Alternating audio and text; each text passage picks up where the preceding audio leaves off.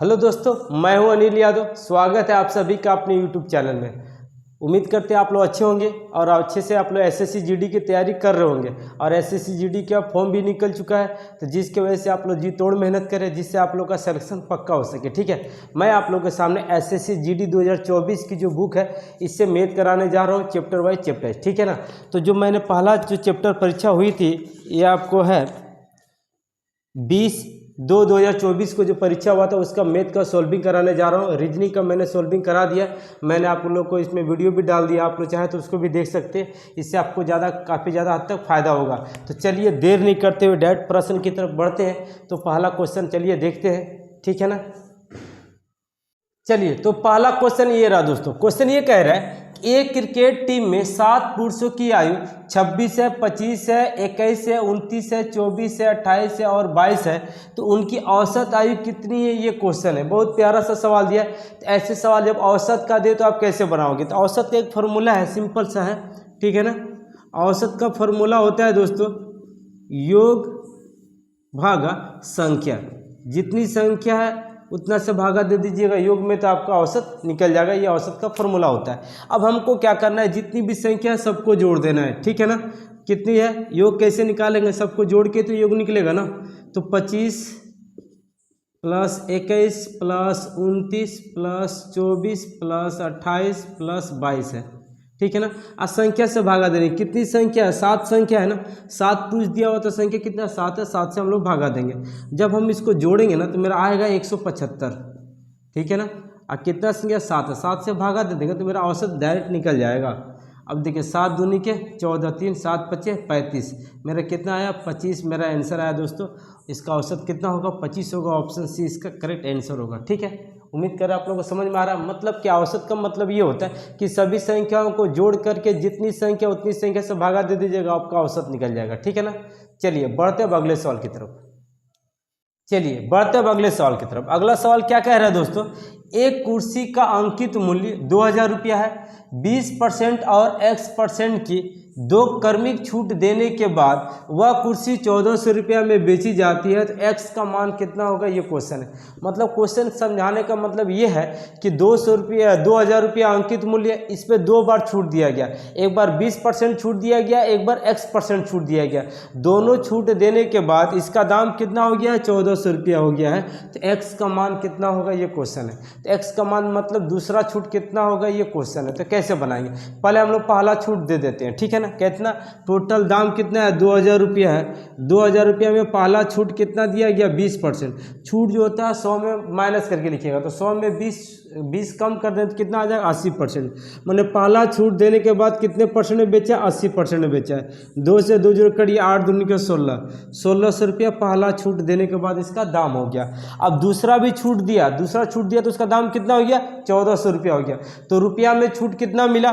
तो यहाँ 1400 रुपया माइनस कर देंगे। रुपया में छूट कितना मिला? 200 रुपया का छूट मिला दोस्तों। ठीक है ना। दूसरा छूट कितना है? 200 रुपया है। लेकिन परसेंटेज में कितना हमको पता नहीं है। रुपया में कितने का छूट मिला? 200 रुपया का हमको पता चल चुका है, लेकिन परसेंटेज में कितना छूट मिला हमको नहीं पता है। तो परसेंटेज छूट निकाल लेंगे। ठीक है ना। तो परसेंटेज छूट का फॉर्मूला होता है दोस्तों 100 गुना छूट बटा अंकित मूल्य होता है। ठीक है ना, याद रख लीजिएगा। क्लियर है। अब देखिए, अब इसको फार्मूला बिठा देते हैं। 100 गुना छूट कितने का मिला? 200 रुपये का। अब अंकित मूल्य क्या होगा? अंकित मूल्य ये 1600 रुपया लिखिएगा। ठीक है, ये 2000 नहीं। क्यों? क्योंकि ये जो छूट मिला किससे मिला? इससे मिला है ना, इसीलिए ये मेरा अंकित मूल्य होगा। ठीक है ना। अब देखिए 2 0 से 2 0 हो गया। अब 4 का पहाड़ा में काटेंगे, 4 चौके 16। 4 से काटेंगे 8 बार में कटेगा। 4 चौके 16 है ना। 8 बार में नहीं कटेगा। 4 से काटेंगे तो 4 चौके 16। 4 से काटेंगे तो 4 5 20, 50 बार में कटेगा। फिर इसको 2 से काटेंगे, 2 से काटेंगे 25। मतलब कितना आ गया? 25/2%। ठीक है ना। 25/2% आ गया। अब इसको जब हम लोग पूर्ण दशमलव में बदलेंगे तो कितना आ जाएगा? 12.5% आ जाएगा। ठीक है ना। ऑप्शन ए इसका करेक्ट आंसर होगा। ठीक है, तो चलिए बढ़ते अब अगले सवाल की तरफ। चलिए अगला क्वेश्चन क्या कह रहा है दोस्तों कि ए और बी दोनों 5000 रुपया प्रति घड़ी की दर से अपनी घड़ी बेचता है। ए 25% लाभ अर्जित करता है, जबकि बी बी को 10% की हानि होती है तो ए और बी के क्रय मूल्यों का अनुपात कितना होगा, ये क्वेश्चन है। तो आप क्या करेंगे, देखिए क्या हम करते हैं, दोनों का अलग अलग क्रय मूल्य निकालते हैं। इसको आप एक लाइनिंग में भी निकाल सकते हैं, लेकिन पहले अलग अलग करके सीख जाएंगे तो आप एक लाइनिंग में खुद भी कर सकते हैं, ठीक है ना। तो हम पहले क्या करते हैं, ए का क्रय मूल्य निकालते हैं और बी का क्रय मूल्य निकालते हैं। उससे पहले आपको मैं बता दूं दोस्तों, एक चीज़ समझ लीजिएगा, क्रय मूल्य हमेशा 100% होता है, ठीक है। क्रय मूल्य हमेशा 100% होता है। लाभ क्या होता है, 100% में जोड़ के लिखिएगा, और हानि जो होता है 100% से माइनस करके लिखिएगा। इतना आप समझ जाइए, बाकी सवाल सब आराम से बन जाएगा, ठीक है ना। तो चलिए देर नहीं करते हुए डायरेक्ट देखते हैं। क्या बोला, ए और बी दोनों 5,000 रुपये प्रति घड़ी की दर से बेचता है, माने ए भी 5,000 रुपये में बेचता है और बी भी 5,000 रुपये में बेचता है। तो ए को 25% का लाभ होता है और बी को 10% की हानि होती है। तो दोनों का क्रय मूल्य कितना होगा, पहले निकाल लेते हैं। चलिए पहले ए का क्रय मूल्य निकालते हैं। ए को कितने % का लाभ हुआ, 25% का लाभ हुआ। ए ने कितने में बेचा है, 5,000 रुपये में बेचा है, मतलब 25% लाभ हुआ है। तो लाभ को किस में जोड़ना है, 100 में जोड़ के लिखना है। तो कितना हो जाएगा, 125%।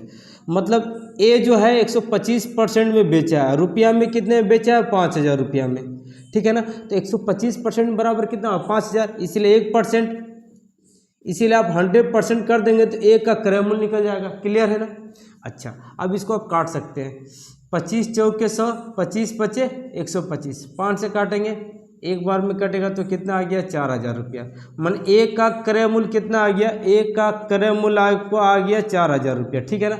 उसी तरीक़ा से बी का भी क्रय मूल्य निकाल लेंगे। अब बी जो बेचा है 10% हानि पर बेचा है, कितने रुपया में, 5,000 रुपये में, मतलब हानि पर बेचा तो 100 में से 10 माइनस करेंगे तो कितना हो जाएगा, 90%। मतलब 90% बराबर कितना हो गया, 5,000 हो गया, इसलिए 1%, इसलिए 100% कर देंगे तो बी का भी क्रय मूल्य निकल जाएगा, ठीक है ना।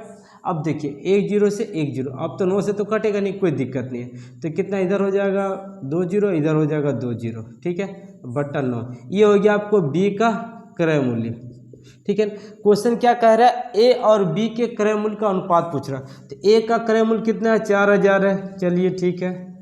अब बी का क्रय मूल्य कितना है, इतना है, बटा 9, ठीक है ना। अब क्या करते हैं, देखिए 3 0 से 3 0 कट गया, 9 से इसका तिरछा गुना हो जाएगा, ठीक है ना।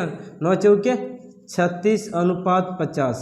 अब ये 2 से कटेगा 18 बार में, और 2 से काटेंगे ये 25 बार में। दिख रहा ना, नहीं दिख रहा, थोड़ा सा ऊपर कर लेते हैं ना। चलिए अब यहाँ तक तो दिख रहा ना, हाँ। अब यहाँ देखिए 9 चौके 36, 9 चौके हो गया 36, इधर हो गया 50, ठीक है ना, 36 50, ठीक है। अब ये 2 से काटेंगे तो 18 बार में कटेगा, 2 से काटेंगे तो ये 25 बार में कटेगा। तो अनुपात कितना आ गया, 18 अनुपात 25। ऑप्शन सी इसका करेक्ट आंसर है, ठीक है ना। समझ में आ रही है ना। तो चलिए बढ़ते अब अगले सवाल की तरफ। यह रेलगाड़ी का सवाल है दोस्तों, ठीक है ना। चलिए देखते हैं क्वेश्चन क्या कह रहा है।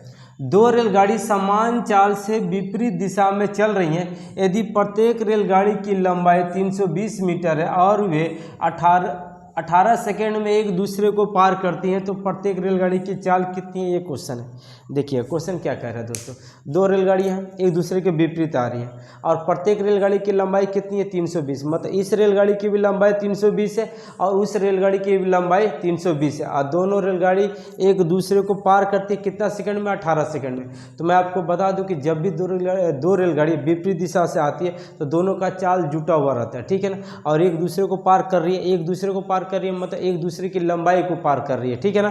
तो एक रेलगाड़ी की लंबाई अगर 320 मीटर है तो दूसरी रेलगाड़ी की भी लंबाई 320 होगी, तो दोनों की लंबाई कितनी हो जाएगी, 640 मीटर हो जाएगी। अब दोनों एक दूसरे को पार कर रही है, मतलब 640 मीटर पार कर रही है, कितना सेकंड में, 18 सेकंड में। तो हम यहाँ लिख सकते हैं चूँकि 18 सेकंड में कितना दूरी जा रहा है, 640 मीटर जा रहा, तो 1 सेकंड में कितना जाएगा, इसीलिए 3600 सेकंड में कितना जाएगा। अब 3600 सेकंड क्या होता है दोस्तों, 1 घंटा में 3600 सेकंड होता है, ठीक है ना। तो अब हम जब सेकंड में लिख रहे हैं तो इसको भी सेकंड में ही लिखेंगे। अब काटेंगे 18 दूनी के 36, 200 गुना कर दें, 4 दूनी के 8, 6 दूनी के 12, 3 0 लग जाएगा। इतना क्या है, मीटर है। अब इस मीटर को किलोमीटर में बदलेंगे तो कितना हो जाएगा, 128 किलोमीटर प्रति घंटा, क्योंकि 1 किलोमीटर में 1000 मीटर होता है, ठीक है ना। अब मेरा कहा गया 128 किलोमीटर प्रति घंटा, ये आ गया मेरा दोनों रेलगाड़ी का चाल दोस्तों, ठीक है ना। 128 किलोमीटर है क्योंकि दोनों एक दूसरे को पार कर रही है तो चाल जुटा हुआ है, ठीक है ना। दोनों रेलगाड़ी का चाल यहाँ जुटा हुआ है। तो एक रेलगाड़ी का चाल पूछ रहा था, इसे क्या करेंगे, दोनों से 2 से भागा दे देंगे, ठीक है ना। तो मेरा एक रेलगाड़ी का चाल निकल जाएगा। 2 छक्के 12 और 2 चौके 8, मतलब 64 किलोमीटर प्रति घंटा एक रेलगाड़ी का चाल आएगा दोस्तों। ऑप्शन सी इसका करेक्ट आंसर होगा, ठीक है ना। चलिए बढ़ते अब अगले सवाल की तरफ। अगला क्वेश्चन अनुपात समानुपात का दोस्तों, ठीक है ना। चलिए देखते हैं कैसे बनेगा। क्वेश्चन ये कह रहा है कि 7,200 रुपया को पी क्यू आर के बीच क्रमशः 1/2 अनुपात 4 अनुपात 3/2 के अनुपात में बांटा जाता है, तो आर का हिस्सा कितना होगा, ये क्वेश्चन है, ठीक है ना। आप यहाँ अनुपात को देख रहे हैं, बट्टा में दिया हुआ है। चलिए इसको लिख लेते हैं पहले, ठीक है ना। अनुपात को बट्टा में ना इसको एक रेशियो में बदल दीजिएगा। कैसे बदल दीजिएगा, इसका एलसीएम लेकर के, नीचे 2 है तो 2 ही लॉस आएगा, ये 2 कट जाएगा तो 1 अनुपात आ जाएगा, 4 दूनी के 8 हो जाएगा, ये 2 कट जाएगा 3 आ जाएगा, ठीक है ना। अब देखिए इसका नीचे भी 2 है, इसका नीचे भी 2 है और इसका नीचे भी 2 है, तो इस 2 का वैल्यू बराबर है, इसलिए 2 का वैल्यू खत्म हो जाएगा। तो अब मेरा अनुपात कितना आ जाएगा, डायरेक्ट 1 अनुपात 8 अनुपात 3 हो जाएगा दोस्तों, ठीक है ना। क्योंकि इसका नीचे भी 2 है, इसका नीचे भी 2 है, इसका नीचे भी 2 है, तो 2 का वैल्यू खत्म हो जाएगा। तो मेरा अनुपात कितना आ गया, 1 अनुपात 8 अनुपात 3। अब इस अनुपात में आराम से बांट देंगे। पहला वाला मेरा क्या है, पी है, ये क्यू है और ये मेरा आर है, ठीक है ना। अब आर का हिस्सा पूछ रहा है, टोटल अमाउंट कितना है, टोटल अमाउंट है 7,200, टोटल अमाउंट है 7,200। इसमें आर का हिस्सा पूछा, आर का अनुपात कितना है, 3 है ना, तो यहाँ 3 लिख दीजिएगा और तीनों अनुपात को जोड़ के नीचे कर दीजिएगा, ठीक है ना। 8 1 9 और 9 और 3 कितना हो जाएगा, 12। क्लियर हो रही है ना। अब 12 से काट देंगे, 12 छक्के 72, 6 18, 1,800 रुपया मेरा किसको, आर का हिस्सा होगा दोस्तों। ऑप्शन सी इसका करेक्ट आंसर है, ठीक है ना। चलिए बढ़ते अब अगले सवाल की तरफ। अब अनुपात समानुपात का सवाल आ गया दोस्तों। क्वेश्चन ये कह रहा है कि यदि m अनुपात n बराबर 9 अनुपात 6 है तो m प्लस n अनुपात m माइनस n का मान कितना होगा, ये क्वेश्चन है, ठीक है ना। बहुत ही प्यारा सा सवाल है, आसान सा सवाल है दोस्तों, जैसा लिखा वो वैसे लिख देंगे, ठीक है ना। अनुपात m माइनस n, ठीक है ना। अब यहाँ पर ध्यान से देखिएगा, n का मान, m का मान कितना दिया हुआ है 9 और n का मान कितना दिया हुआ है 6, ठीक है ना। क्लियर हो रही है ना। तो m के जगह पे 6 यहाँ लिखिए 6, n का सॉरी दोस्तों, m का मान कितना 9 है, यहाँ 9 लिख देंगे और n का मान कितना 6, यहाँ 6 लिख देंगे। अनुपात यहाँ पर m का मान 9 है, माइनस है माइनस दे देंगे और n का मान 6 लिख देंगे। तो 9 6 कितना हो गया 15, अनुपात घटाएंगे तो 3। अब ये 3 का पारा में कट रहा, 3 5 15 और 3 कम 3, मतलब 5 अनुपात 1 इसका करेक्ट आंसर होगा दोस्तों, ऑप्शन डी, ठीक है ना। याद रखिएगा यहाँ 1 अनुपात 5 है, इसको मत मार दीजिएगा गलती से भी। चलिए उम्मीद कर रहे हैं आपको समझ में आ रहा होगा, और समझ में आ रहा है तो वीडियो को लाइक शेयर और कमेंट जरूर कीजिएगा। चलिए बढ़ते अब अगले सवाल की तरफ। चलिए दोस्तों अब सरल करो क्वेश्चन है। क्वेश्चन क्या है देखिएगा, कोष्ठ के अंदर में 7 + 33 है, फिर गुना का चिन्ह है, फिर कोष्ठ के अंदर में 44/2 है, फिर गुना है, फिर कोष्ठ के अंदर में 5 × 5 का मान क्या होगा, ये क्वेश्चन है। तो यहाँ पर हम लोग बोर्ड मास का नियम लगाएंगे। सबसे पहले हम लोग छोटी कोष्ठ का काम कर देंगे, ठीक है। छोटे कोष्ठ के अंदर में जो काम करेंगे, पहले भागा का, फिर गुना का, फिर जोड़ का, फिर घटाव का, ठीक है ना। तो चलिएगा अब यहाँ पर पहले छोटी कोष्ठ का काम करते हैं। तो आप यहाँ देख रहे हो कितना 7 है और यहाँ 33 है, दोनों को जोड़ेंगे तो कितना हो जाएगा 40, ठीक है। यहाँ गुना का चिन्ह गुना दे देंगे। अब यहाँ पर देखिएगा 44/2 है, तो 44 में 2 से भागा देंगे तो कितनी बार में जाएगा, 22 बार में जाएगा गुना। अच्छा 5 को 5 से गुना करें तो कितना हो जाएगा 25 हो जाएगा। अब यहाँ गुना कर सकते हैं हम लोग, 25 दूनी के 50, 50 की जरूर हाथ में 5, 25 दूनी के 50, 50 और 5 55 × 40, ठीक है। अब इसको गुना कर देंगे, 0 0, 5 के 20, 20 के 0 हाथ में 2, 5 के 20, 20 और 2 22। मेरा आंसर कितना आ गया 22,000। ऑप्शन बी इसका करेक्ट आंसर आ गया दोस्तों, ठीक है ना। चलिए बढ़ते अब अगले सवाल की तरफ। चलिएगा दोस्तों अगला सवाल क्या कह रहे हैं, बोला यदि एक आयत की लंबाई में 14.28% की वृद्धि कर दी जाए तो इसके क्षेत्रफल अपरिवर्तित रखने के लिए इसकी चौड़ाई में कितने % घटानी चाहिए, ये क्वेश्चन पूछा है।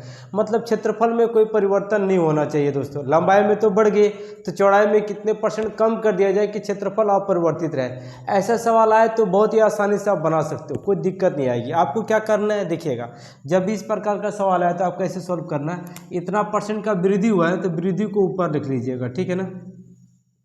कितना वृद्धि हुआ इसको ऊपर लिख दीजिएगा, बटा कर दीजिएगा, और इसको क्या कीजिएगा 100 में जोड़ के फिर नीचे लिख दीजिएगा, ठीक है ना। तो 100 में जोड़ेंगे 14.28% को 100% में जोड़ेंगे तो कितना हो जाएगा 114.28 हो जाएगा। अब प्रतिशत के लिए 100 कर दीजिएगा तो चौड़ाई में कितने परसेंट की कमी करनी होगी आपको ये निकल जाएगा, ठीक है ना। चलिए अब यहाँ भी 2 अंक के बाद दशमलव, यहाँ भी 2 अंक के बाद दशमलव, वैल्यू बराबर हो गया तो कट जाएगा, हट जाएगा, क्योंकि यहाँ भी 2 अंक बाद दशमलव, यहाँ भी 2 अंक बाद दशमलव, तो 2 अंक बाद दशमलव है तो दोनों का समान वैल्यू है, इसीलिए दोनों हट जाएगा दोस्तों।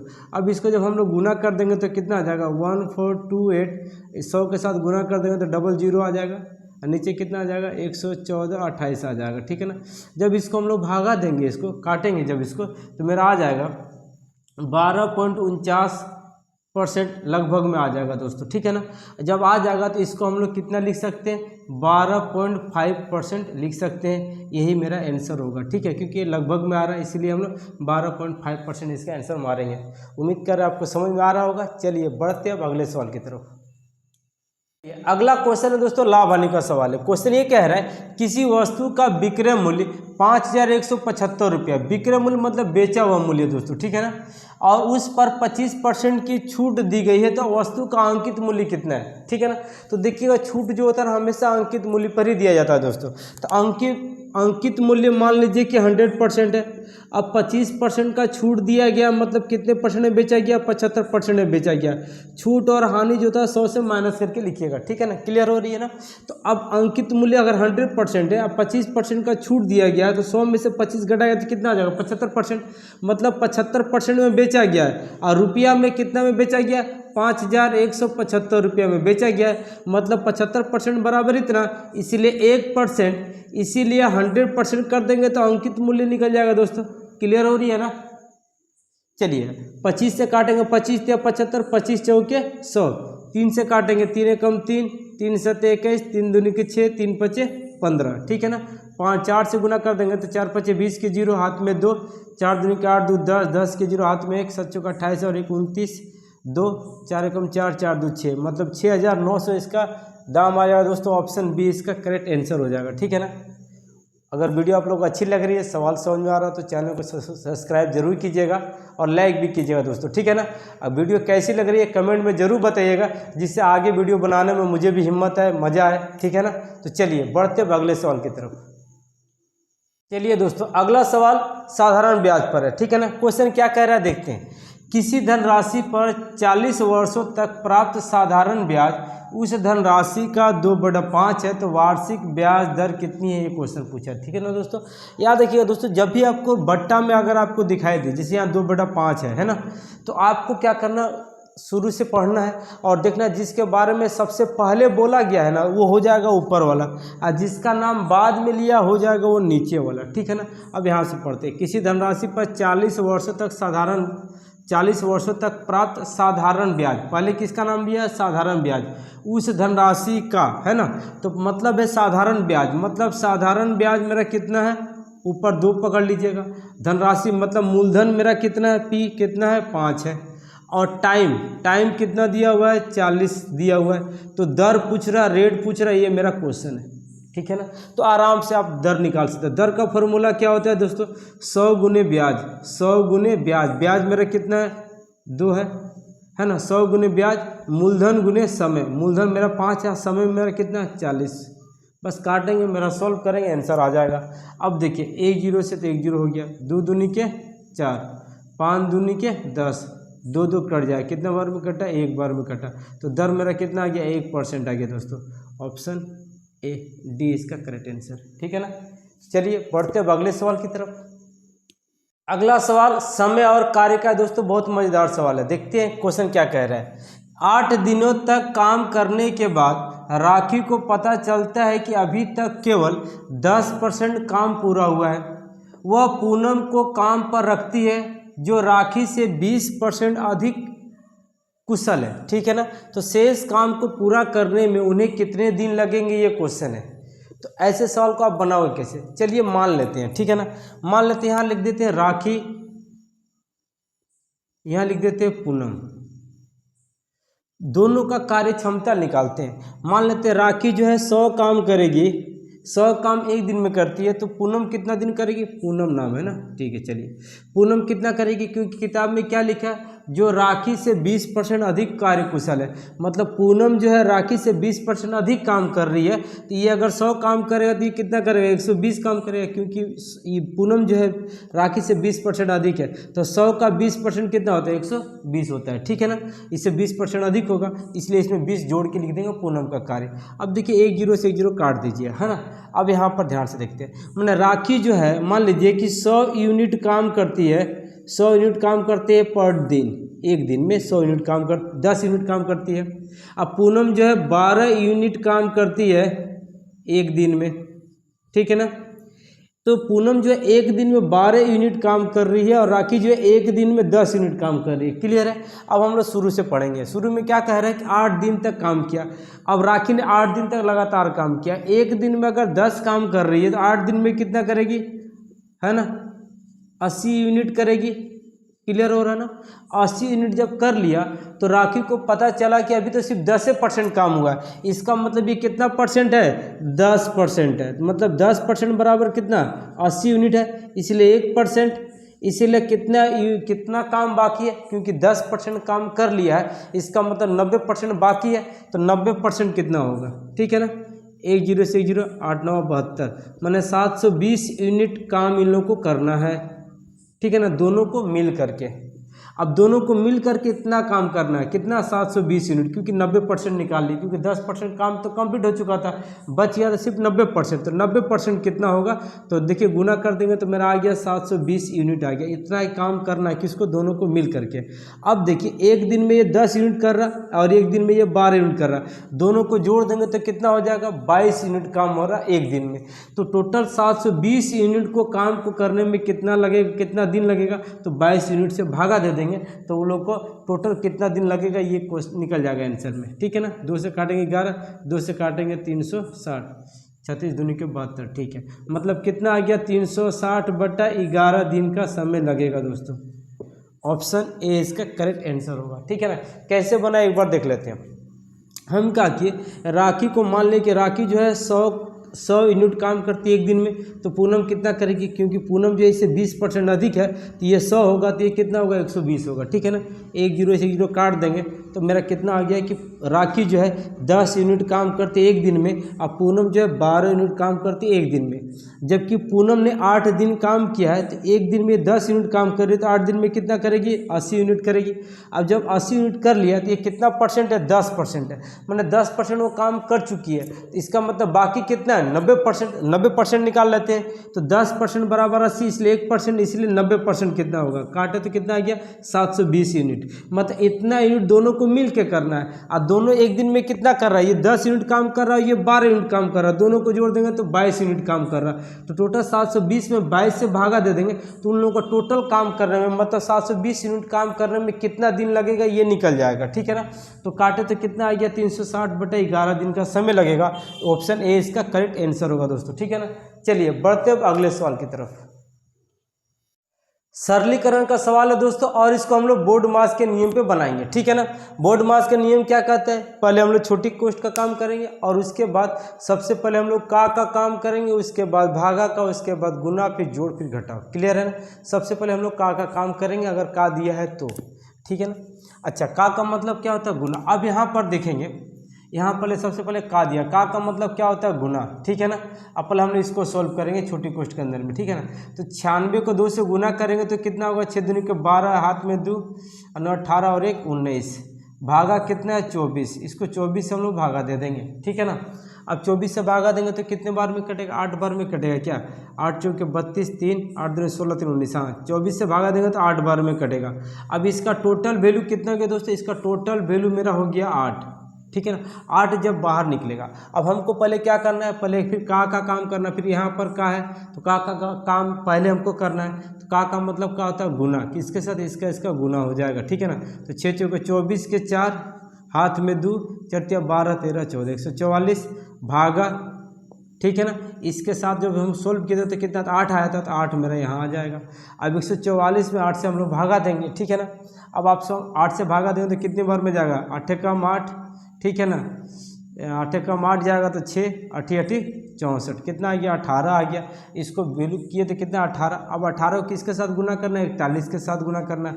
अब इसके साथ 41 का गुना करेंगे तो मेरा डायरेक्ट आंसर आ जाएगा, ठीक है ना। 18 कम 18, 18 का 80 लेकर 80 लेकर 18 चौको 72, 72 और 1 73, मतलब 738 इसका करेक्ट आंसर होगा दोस्तों ऑप्शन डी, ठीक है ना। कैसे बना चलिए फिर से आपको दिखा देते हैं, ठीक है ना। आपको सबसे पहले क्या करना है, पहले बोर्ड मास का नियम क्या कहता है, पहले हम लोग का काम करना है, ठीक है ना। तो देखिए 196 यहाँ लिखा हुआ है 96 का 2, ठीक है ना। का मतलब होता है गुना, पहले इसको सोल्व करेंगे तो इन दोनों को पहले हम लोग गुना करेंगे। 6 दूनी के 12, 9 दूनी 18 और 1 19 भागा 24। अब 192 में 24 से भागा देंगे तो कितने बार में कटेगा, 8 बार में कटेगा, मतलब यहाँ से यहाँ तक का वैल्यू कितना हो गया 8।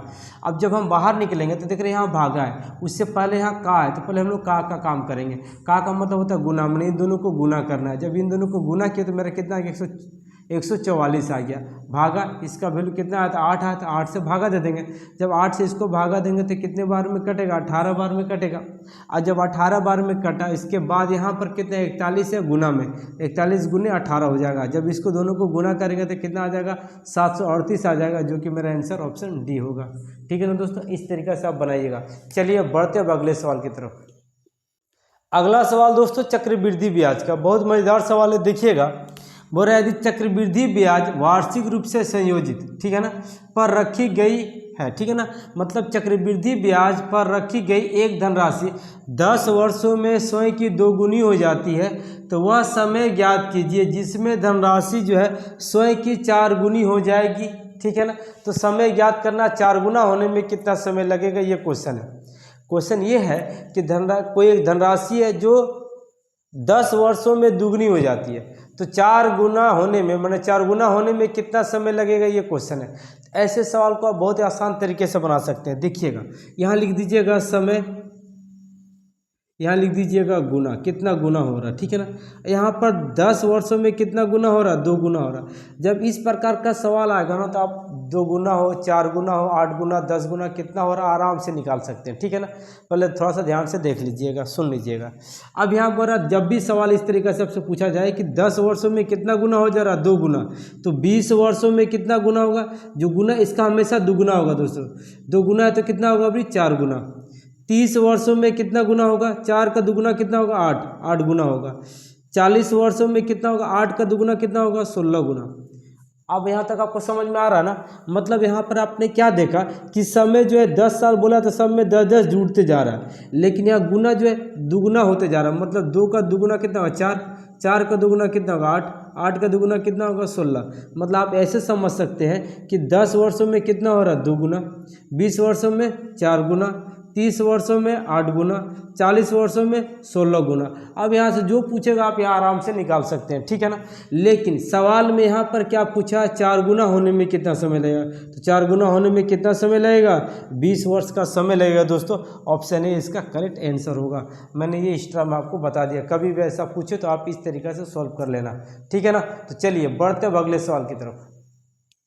चलिए अगले प्रश्न की तरफ बढ़ते हैं दोस्तों। क्वेश्चन ये कह रहा है कि 44 आम, 121 केला और 11 सेब है, उन्हें कई पंक्तियों में इस प्रकार व्यवस्थित करना है कि प्रत्येक पंक्ति में समान संख्या में फल हो और प्रत्येक पंक्ति में एक प्रकार का फल हो, तो पंक्तियों का न्यूनतम संख्या कितनी होगी, ये क्वेश्चन है। तो ऐसे सवाल आप बनाओगे कैसे, आपको क्या करना है, पहले 44 है, ठीक है ना, और 121 है और उसके बाद 11 है। इसका आपको क्या निकालना है, मौसम पर निकालनी है, ठीक है ना। मौसम पर क्या होती है, वह संख्या जो तीनों संख्या को विभाजित करे वही मेरा मौसम पर होती है। तो तीनों संख्या को विभाजित करने वाली ऐसी कौन सी संख्या, 11 आपको दिख रहा है, क्योंकि 11 से ये भी कटेगा, 11 से ये भी कटेगा और 11 से ये भी कटेगा, इसीलिए मेरा मौसम पर कितने होंगे 11। अब यहाँ पूछा पंक्तियों की न्यूनतम संख्या कितनी होगी। ये जब इस प्रकार का प्रश्न पूछे तो आपको क्या करना, इस 44 में ना जो मौसम पाया उससे भागा दे दीजिएगा, ठीक है, प्लस फिर 121 में फिर मौसम पर से भागा दे दीजिएगा, प्लस 11 में भी मौसम पर से ही भागा दे दीजिएगा। अब देखिए 11 चौके 44, 11 से काटेंगे तो 11 बार में कटेगा, 11 कम 11 एक बार में कटेगा। अब सबको जोड़ देंगे, 11 4 15, 15 और 1 16, मतलब 16 पंक्ति बनेगी दोस्तों, ठीक है ना। ऐसे सवाल आएंगे तो आप इस तरीक़ा से बना सकते हैं। ऑप्शन ए इसका करेक्ट आंसर होगा, ठीक है ना। चलिए बढ़ते अब अगले सवाल की तरफ। चलिए काम का सवाल है दोस्तों, बहुत ही प्यारा सा सवाल है। क्वेश्चन ये कह रहा है कि आर एक काम को 90 दिन में पूरा कर सकता है, कुल काम का कितना प्रतिशत काम आर द्वारा 45 दिन में पूरा किया जा सकता है। देखिए 90 दिन में पूरा काम कर रहा है तो 45 दिन में कितना करेगा, उसका आधा काम करेगा, और आधा काम को तो हम लोग 50% कहते हैं, इसीलिए डायरेक्ट इसका आंसर कितना हो जाएगा 50%। लेकिन फिर भी अगर हम बनाना चाहेंगे तो किस तरीक़े से बनाएंगे, देखिएगा 90 दिन में वो कितना काम करता है, तो काम को मान लीजिए कि 100% करता है, पूरा काम टोटल 100% है, ठीक है ना। तो 90 दिन में 100% काम कर रहा है तो एक दिन में कितना करेगा, तो 100/90, इसीलिए 45 दिन में कितना करेगा, तो 45 दूनी के 90, 2 से काटेंगे 50 बार में कटेगा, मतलब 50% काम होगा दोस्तों, ठीक है ना। ऑप्शन ए इसका करेक्ट आंसर होगा। चलिए बढ़ते अब अगले सवाल की तरफ। चलिए अगले सवाल की तरफ बढ़ते दोस्तों। ये क्वेश्चन आगे पीछे हो गया थोड़ा, ठीक है ना, कोई दिक्कत नहीं, फिर भी मैं सभी का सभी क्वेश्चन कराऊंगा। क्वेश्चन ये है कि एक वर्ष में सपना का औसत मासिक व्यय वर्ष के प्रथम 3 महीने के लिए 1100 रुपया, अगले 5 महीने के लिए 1000 और अंतिम 4 महीने के लिए 1200 रुपया था। यदि कुल वार्षिक बचत जो है 1300 रुपया थी, तो सपना का औसत मासिक आय कितनी थी, ये क्वेश्चन है, ठीक है ना। तो चलिए पर यहाँ व्यय भी दिया हुआ है, व्यय का मतलब होता है दोस्तों खर्च, और बचत तो आप जानते ही हैं बचत। तो आपको बता दें कि खर्च और बचत को जोड़ने से क्या निकलता है, मेरा आय निकलता है। जैसे एग्जाम्पल के रूप में आप समझ लीजिए, मान लीजिए आप 10,000 रुपया कमाते हैं तो ये आपका क्या आय है, ठीक है ना। आप उसमें से 7,000 रुपया खर्च कर देते हैं, यहाँ 3,000 रुपया बचाते हैं, तो आप क्या इनकम कितना या फिर आपकी आय कितनी है, तो आप क्या करोगे, हम महीना कितना बचा है 3,000 रुपया, खर्च कितना किए 7,000 रुपया, दोनों को जोड़ दोगे तो आपका आय निकल जाएगा ना। सेम उसी तरीका का ये सवाल है, ठीक है ना। चलिएगा एक वर्ष के बारे में बोल रहा, और औसत मासिक व्यय एक जो खर्च जो है वो प्रथम 3 महीने के लिए कितना था, औसत 1100 रुपया था, मैंने 1100 रुपया औसत है, औसत का मतलब एक महीना में इतना है, तो 3 महीना में कितना होगा, 3 महीना का उसका खर्च कितना, इतना हो गया, प्लस फिर बोला अगले 5 महीने का खर्च कितना है, औसत कितना बोला 1000, तो इसको 1000 से गुना कर देंगे तो 5 महीना का खर्च निकल जाएगा, प्लस अंतिम 4 महीना का खर्च कितना, औसत में कितना दिया 1200, तो इसको 1200 से गुना कर देंगे, ठीक है ना। अब देखिए एक साल पूरा कंप्लीट, यहाँ 3 महीना 5 महीना 4 महीना, ठीक है ना, 5 3 8 8 4 12 महीना हो गया, 12 महीना का मतलब 1 साल हो जाता है, ठीक है ना। 3 महीना में उसका खर्च इतना था, 5 महीने में खर्च इतना था, 4 महीने में खर्च इतना था, और साल के आखिरी में समय वो कितना रुपया बचत कर रहा, तो 1300 रुपया बचत कर रहा। जब वो भी जोड़ देंगे तो क्या निकल जाएगा, उसका आय निकल जाएगा दोस्तों, ठीक है ना। अब गुना करते हैं, 11 या 3300 हो गया, प्लस 5000 हो गया, बढ़ चुका 4800 हो गया, अब प्लस 1300 हो गया, ठीक है ना। अब जोड़ देते हैं, 2 जीरो आ जाएगा, ठीक है ना। यहाँ 3 8 2 10 1 11 11 और 3 14 14 4 हाथ में 1 2 2 4 6 6 5 11 है ना, 11 3 14, टोटल इसका आय कितना हो गया दोस्तों, इतना हो गया। कितना साल का, 1 साल का। यहाँ पर पूछा क्या, तो सपना का औसत मासिक आय कितनी है, मासिक में 1 महीने में कितना कमाता है, ये कमाती है कितना, 1 साल में इतना कमाती है, 1 महीना में कितना कमाएगी, इसलिए 12 से हम लोग भाग दे देंगे, ठीक है ना, क्योंकि 1 साल में 12 महीना होता है, इसीलिए 12 से भाग देंगे तो कितना बार में कटेगा, 12 बार में कटेगा, 2 जीरो आ जाएगा, मतलब इसका सपना का जो आय है वो मेरा 1200 रुपया होगा दोस्तों। ऑप्शन सी इसका करेक्ट आंसर होगा, ठीक है ना। चलिए बढ़ते हैं अगले सवाल की तरफ। चलिए अगला क्वेश्चन लाभ हानि का है दोस्तों। क्या कह रहा है कि रोहित 2320 रुपया में एक पुराना बल्ला खरीदता है और इसकी मरम्मत में 180 रुपया खर्च करता है। यदि वह इसे 2400 रुपया में बेचता है तो उसका हानि प्रतिशत कितना होगा, ये क्वेश्चन है, ठीक है ना। तो चलिएगा अब देखिए, ये 2320 रुपया में तो ये खरीदा है और इसकी मरम्मत में कितना खर्च किया, 180 रुपया, तो वो भी इसको जोड़ देंगे तो इसका क्या निकल जाएगा, क्रय मूल्य निकल जाएगा, ठीक है ना। 0 8 2 10 के 0 हाथ में 1 3 3 4 5, मतलब वो 2500 रुपया में खरीदा है दोस्तों, ठीक है ना, क्योंकि 2320 रुपये में खरीदा है और उसकी मरम्मत में कितना खर्च किया, 180 रुपया खर्च किया है, तो 180 रुपया जोड़ देंगे तो 2500 रुपया में वो खरीदा है। अब बेच कितने में रहा, 2400 रुपया में, तो उसको हानि कितने की हो जा रही है, तो उसको हानि आप देख रहे हो कितने की हो रही है, 100 रुपये की हानि हो जा रही है। अब हानि प्रतिशत निकालना है, तो हानि प्रतिशत का फॉर्मूला होता है दोस्तों 100 गुने हानि। हानि कितने है 100 रुपये का, तो 100 लिख देंगे। अब बटा क्रय मूल्य होता है, क्रय मूल्य जितने में वो सामान खरीदा है तो 25 रुपये में खरीदा है इसीलिए नीचे रहेगा। तो हानि प्रतिशत का फॉर्मूला क्या होता है 100 गुने हानि बटा क्रय मूल्य होता है। 2 जीरो से 2 जीरो कट गया, 25 चौके 100, मतलब 4% का हानि हो गया दोस्तों। ऑप्शन सी इसका करेक्ट आंसर होगा, ठीक है ना। चलिए बढ़ते अब अगले सवाल की तरफ। अगला प्रश्न जो है ये आपको प्रतिशत का सवाल है दोस्तों। क्वेश्चन क्या कह रहा है देखिएगा, एक विद्यार्थी ने एक परीक्षा में 75% अंक प्राप्त किए और उसे 60% अंक प्राप्त करने वाले दूसरे विद्यार्थी के अंक से 30 अंक अधिक प्राप्त हुए, तो परीक्षा जो है कितने नंबर की हुई थी, ये क्वेश्चन है। अब यहाँ पर देखिएगा दो स्टूडेंट, मान लीजिए एक स्टूडेंट ए है, दूसरा कितना है बी है। पहला स्टूडेंट जो है लेके आया 75%, ठीक है, दूसरा स्टूडेंट कितना लेके आया 60%। तो अब यहाँ से देखिए इसका मतलब है कि ये ज़्यादा नंबर लेके आया, ये कम नंबर लेके आया। ये जो है इससे कितना परसेंट अधिक नंबर लेके आया, ये 60% है और ये 75% है। ए जो इससे कितना परसेंट अधिक लेके आया है, तो 15% अधिक लेके आया है। और ये नंबर में कितने अधिक लेके आया है, तो 30 नंबर अधिक नंबर लेके आया है, 30 नंबर अधिक नंबर लेके आया, ठीक है ना। इसका मतलब ये 15% बराबर कितना हो जाएगा 30 अंक, इसीलिए 1%, इसीलिए परीक्षा कितने नंबर की हुई थी, तो परीक्षा 100% नंबर की होती है, ठीक है ना। अब काट देंगे 15 दूनी के 30, 100 दूनी के 200, परीक्षा कितने नंबर की हुई थी 200 नंबर की हुई थी दोस्तों। उम्मीद कर रहे क्लियर हो रहा ना। चलिए बढ़ते अब अगले सवाल की तरफ। अगला क्वेश्चन है दोस्तों सरलीकरण, मान निकालो, ठीक है ना। तो इसको भी हम लोग किसके हिसाब से बनाएंगे, बोर्ड मास के नियम को, रूल को फॉलो करके ही बनाना है आपको, ठीक है। जब भी बनेगा तो बोर्ड मास के नियम से बनाइएगा। पहले छोटी कोष्ठ का काम कीजिएगा, फिर मझली कोष्ठ का, फिर बड़ी कोष्ठ का। और इसके अंदर में सबसे पहले अगर का होगा तो का गुना करना है, नहीं का नहीं है तो भागा, फिर गुना, फिर जोड़, फिर घटा। इसी नियम का पालन करते हुए सवाल को सॉल्व करेंगे, ठीक है ना। तो चलिएगा, तो हम देख रहे हैं कि छोटी कोष्ठ के अंदर में क्या है, पहले भागा है तो पहले भागा देंगे। तो यहाँ देखिए 72 भागा 24 है, तो 72 में 24 से भागा देंगे तो कितनी बार में 72 कटेगा, 24 या 72, 3 बार में कटेगा। अब यहाँ देखिए 175 गुना 3 हो जाएगा। अब इसके साथ गुना कर देंगे तब जोड़ेंगे, ठीक है ना। तो 5 या 15 का 5, हासिल 1, 7 21 22, 22 के 2 हाथ में 2, 3 एकम 3, 3 2 5 हो जाएगा, ठीक है ना। अब प्लस 5 कर देंगे तो कितना हो जाएगा 530 हो जाएगा।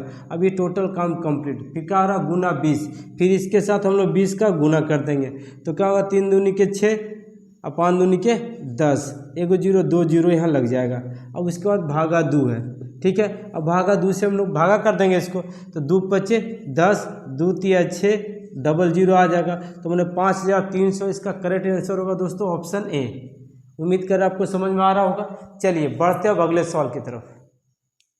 अगला सवाल दोस्तों आपको प्रतिशत का है। क्वेश्चन क्या कह रहा है चलिए देखते हैं। बोल रहा एक परीक्षा में उपस्थित होने वाले विद्यार्थियों की कुल संख्या में से 93% विद्यार्थी उत्तीर्ण हुए, मतलब 93% उत्तीर्ण हुए और 9275 विद्यार्थी अनुत्तीर्ण रहे, मतलब 9275 विद्यार्थी जो है फेल हो गए, ठीक है ना।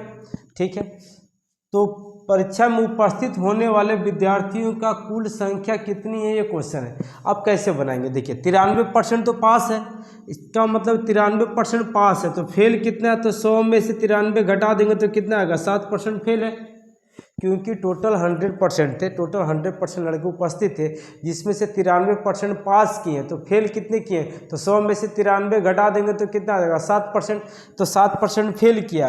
और फेल करने वालों की संख्या कितनी दी गई है 9275, इसीलिए 1%, इसीलिए 100% कर देंगे तो टोटल उपस्थित छात्रों की संख्या निकल जाएगी, ठीक है ना दोस्तों। अब इसको 7 से काट देंगे, 7 एकम 7, 2 7 या 21, 7 दूनी के 14, 7 5 35। अब इसको 100 से गुना कर देंगे तो कितना आ जाएगा 132500 आ जाएगा। ये मेरा टोटल विद्यार्थियों की संख्या निकल जाएगी दोस्तों। ऑप्शन 132,500, ऑप्शन सी इसका करेक्ट आंसर है, ठीक है ना। तो चलिए दोस्तों आज के लिए इतना ही, फिर इसके बाद मैं अगला जो है शिफ्ट का मैथ और रीजनिंग का दोनों का वीडियो डालूंगा। अगर आपको वीडियो कैसे लगी कमेंट में ज़रूर बताइएगा, अगर वीडियो अच्छी लगी तो लाइक भी ज़रूर कर दीजिएगा। चलिए मिलते हैं अगले वीडियो में। जय हिंद, जय भारत।